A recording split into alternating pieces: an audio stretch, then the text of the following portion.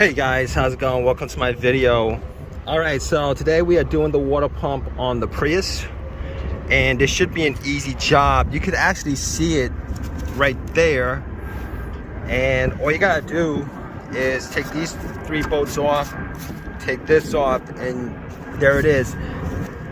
So you can drain it a couple of places. I still have the undershield, and you can drain it under here. You might have to take the shield off, but once you take the shield off, there should be a knob to drain out the coolant. I'm gonna do that, and then I'm gonna take the water pump off. It should be pretty easy. I don't think I need to raise my car, but we're gonna just do this as we go along.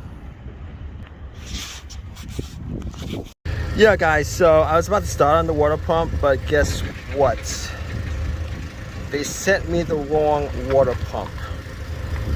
So this is an aftermarket, and it has the weird little spines on them, but as you guys can see, it doesn't even look like it's the same.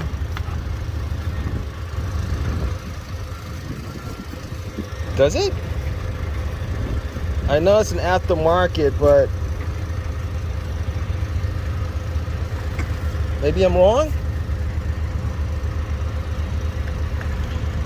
No, I'm not wrong. It kind of looks similar.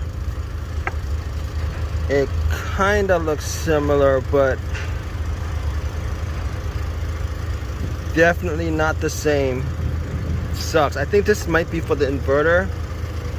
I'm pretty sure this is for the inverter and not this one. So 1, 2. I mean, I've seen off-brand ones that actually don't look the same, but there's no way I'm gonna take this off. It looks so different. It's not even funny. This is not the same. Sucks. Now I'm gonna have to wait. I'm gonna have to wait a couple more days to get this, which is really awful. Anyway.